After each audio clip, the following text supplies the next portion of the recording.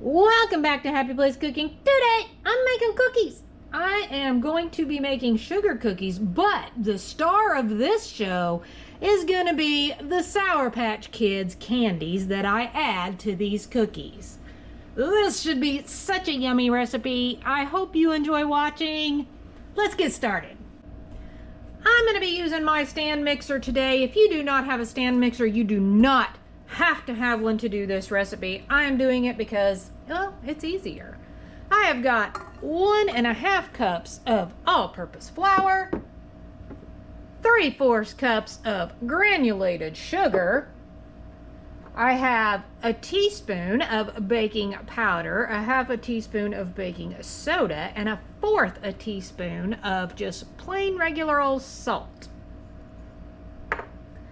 I will be throwing in 1 stick, which is a 1/2 cup of butter, and I am using actual butter, not margarine, and it is softened. It's not melted, it's just softened. It's still a little on the cool side, but should be easily mixed up with these dry ingredients.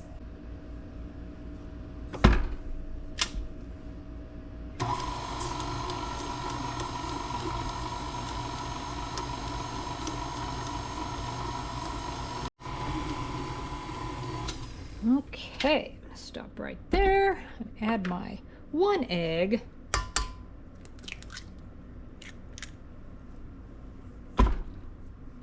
And then mix that all up. While that's mixing, I'm just gonna go ahead and add 1 teaspoon of pure vanilla.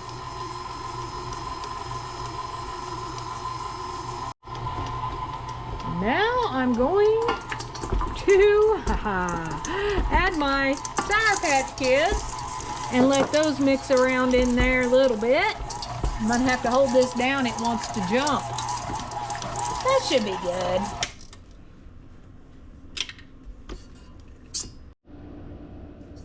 Next, I'm going to roll these into balls.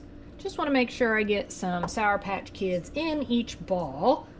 Should make approximately a dozen fairly good sized cookies. If you need more, you can double the recipe or triple it or whatever. Maybe should have, I don't know, maybe should have cut my little Sour Patch Kids up a little bit. Having the whole Sour Patch Kid might be a little much. I don't know.